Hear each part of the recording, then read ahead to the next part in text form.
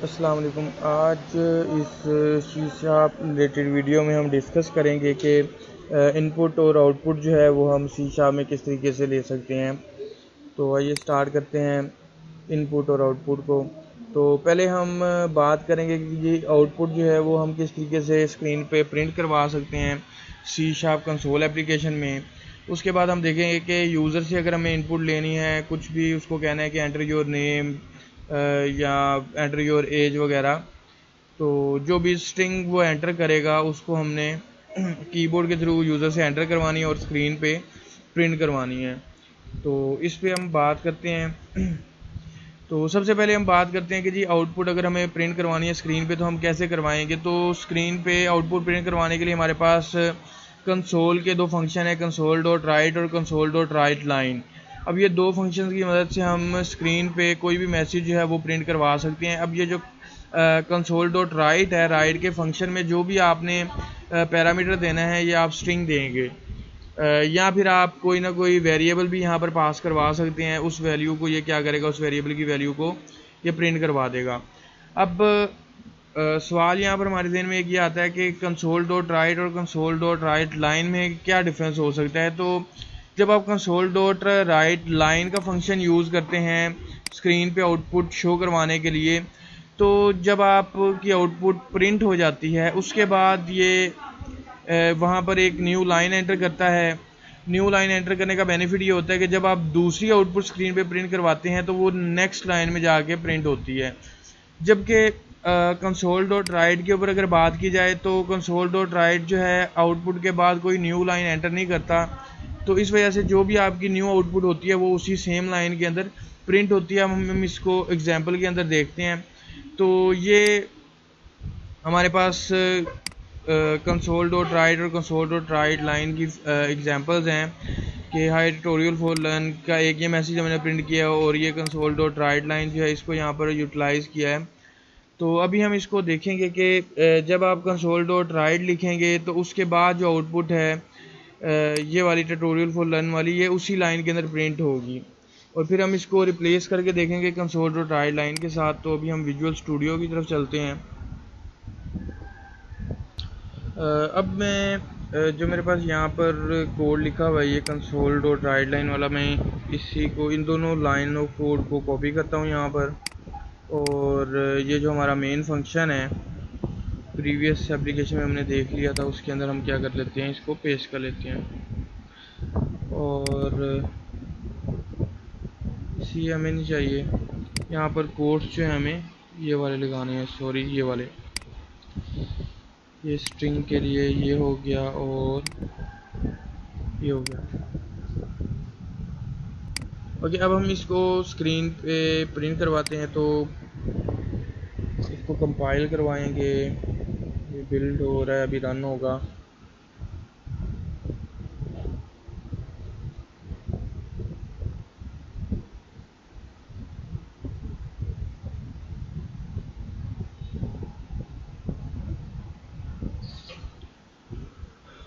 Okay, ये अभी print करवाएगा कुछ, लेकिन ये फ्लैश करके ख़त्म हो गया। तो हमने देखा था कि हमें यहाँ पर कंसोल डॉट रीड की का फंक्शन भी साथ यूज़ करना पड़ेगा। कंसोल डॉट रीड की, ताकि ये जो हमारे पास आउटपुट स्क्रीन है उसको ज़रा होल्ड करके रखे। अब ये ठीक है। ये देखें, अब इसने क्या किया कि ये हाई ट्यूटोरियल फॉर लर्न जो है ना, एक ही लाइन में इसने प्रिंट करवा दिया है, कोई भी स्पेस नहीं आई, कोई न्यू लाइन इसने प्रिंट नहीं करवाई। तो ये क्यों हुआ था, क्योंकि हमने यहाँ पर ये कंसोल डॉट राइट जो है ये लिखा था। अब ये राइट की जगह हम राइट लाइन कर देते हैं। तो अब क्या करेगा ये, जब ये high tutorial for learn print हो जाएगा इसके बाद न्यू लाइन पे जाके ये ट्यूटोरियल फॉर लर्न को प्रिंट करवाएगा। तो इसको हम दोबारा एग्जीक्यूट करते हैं।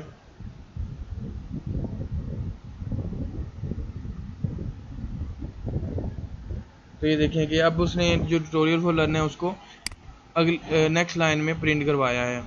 तो यहाँ पर उसने क्या किया, आउटपुट शो करवाने के बाद न्यू लाइन उसने ऐड करवाई है। न्यू लाइन के बाद उसने क्या किया, फिर जो भी नेक्स्ट हमारे पास आउटपुट आई है वो नेक्स्ट लाइन के अंदर शो हो गई है। तो इस तरीके से हम यहाँ पर ये कंसोल डॉट राइट और कंसोल डॉट राइट लाइन के फंक्शंस को यूज़ कर सकते हैं। तो आप इसकी अब प्रैक्टिस कर लेंगे। अब हम वापस चलते हैं अपने टॉपिक की तरफ। तो नेक्स्ट अब हम देखते हैं कि हम यूज़र से इनपुट जो है वो कैसे लेते हैं। अब हमने मैसेज तो प्रिंट करवा दिया या कुछ भी स्ट्रिंग जो थी वो हमने स्क्रीन पे प्रिंट करवा दी, लेकिन हम चाहते हैं कि हम यूज़र से कीबोर्ड के थ्रू कुछ इनपुट लें और उस इनपुट को हम आगे स्क्रीन के ऊपर जो है वो प्रिंट करवा लें। तो उसके लिए हमारे पास यहाँ पर फंक्शन है कंसोल डॉट रीड लाइन। हमने पूरी लाइन जो है वो रीड करनी है, एक स्ट्रिंग रीड करनी है। तो उसके लिए हम रीड लाइन का जो फंक्शन है वो यूज़ करेंगे।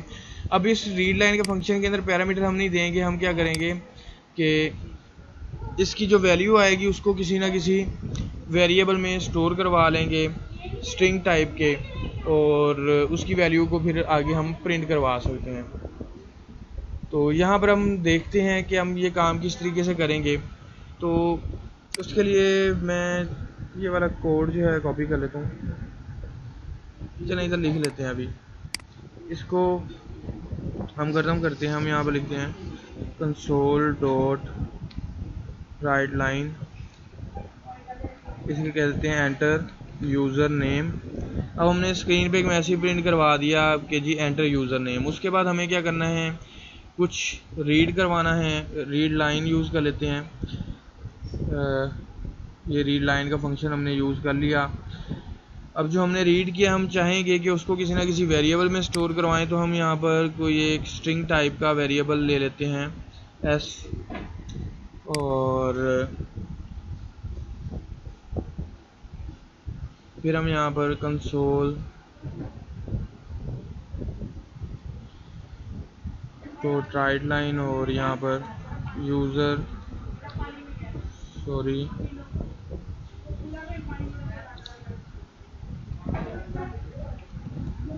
यूज़र नेम, और यहाँ पर हम प्लस यूज़ करके एस में जो भी वैल्यू आएगी उसे हम क्या करेंगे, प्रिंट करवा लेंगे।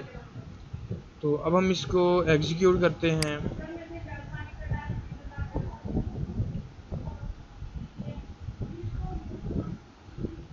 तो यहाँ पर वो कह रहा है एंटर यूज़र नेम, हम यहाँ पर कहते हैं ट्यूटोरियल फॉर लर्न, एंटर करते हैं। तो यूज़र नेम इस उसने यहाँ पर ये प्रिंट करवा दिया। तो इस तरीके से हम क्या कर सकते हैं कि कीबोर्ड के थ्रू यूज़र से कुछ वैल्यू एंटर करवा सकते हैं और उसको आगे हम स्क्रीन पे प्रिंट करवा सकते हैं। अब अगर हम चाहते हैं कि वेरिएबल के बगैर ही ये काम करें, कि जो भी यूज़र स्क्रीन पे कीबोर्ड के थ्रू एंटर करवाए वही वैल्यू जो है आगे आउटपुट में शो हो जाए, तो उसके लिए मैं क्या करूँगा कि मैं इसी फंक्शन को ज़रा कॉपी कर लेता हूँ और यहाँ पर पेस्ट करके अब मैं चाह रहा हूँ कि यहाँ पर जो आउटपुट है यहाँ पर अब मैं कुछ ना कुछ इससे पहले मैसेज प्रिंट कराऊँ यूज़र नेम, और उसके बाद जो है उसके साथ वैल्यू एक प्रिंट करवाऊँ जो यूज़र जो है वो कीबोर्ड के थ्रू एंटर करे। तो मैं यहाँ पर सिंपली वो कंसोल डॉट रीड लाइन का फंक्शन यूज़ कर लेता हूँ, ताकि इसमें जो भी वो इनपुट देगा वो स्क्रीन के ऊपर प्रिंट हो जाए। तो इसको जब हम रन करेंगे अब, तो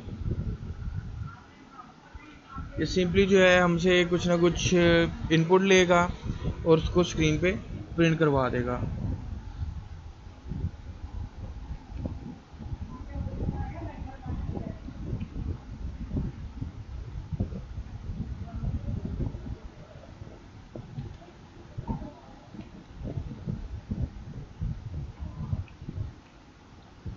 ये हमने अब कीबोर्ड के थ्रू एंटर करवा दिया G tutorial for learn like share and subscribe. तो इसको जब मैंने एंटर प्रेस किया तो ये देखें इसने यहाँ पर क्या किया है, हमें मैसेज प्रिंट करवाया यूज़र नेम, उसके बाद उसने वो मैसेज प्रिंट करवा दिया जो हमने कीबोर्ड के थ्रू एंटर किया था, tutorial for learn like share and subscribe. तो इस तरीके से आप बगैर वेरिएबल को यूज़ किए भी कुछ ना कुछ यूज़र से एंटर करवा सकते हैं और उसको फिर आगे सिंपली प्रिंट करवा सकते हैं। अब ये मेथड हमने क्यों यूज़ किया है, क्योंकि हमें कोई भी प्रोसेसिंग नहीं करनी थी इस डाटा पे, तो इसलिए हमने इस तरीके से इसको यूटिलाइज़ कर लिया है। अगर हमें कोई प्रोसेसिंग करनी होती तो फिर हम उसको किसी वेरिएबल में स्टोर करवा के आगे फर्दर उस पर कुछ काम जो है वो परफॉर्म कर सकते थे, उसको आगे प्रिंट करवा सकते थे। तो मज़ीद फिर नेक्स्ट जो है वो हम देखेंगे वेरिएबल से रिलेटेड कि वेरिएबल्स होते क्या हैं, कैसे क्रिएट करते हैं नेक्स्ट वीडियो में।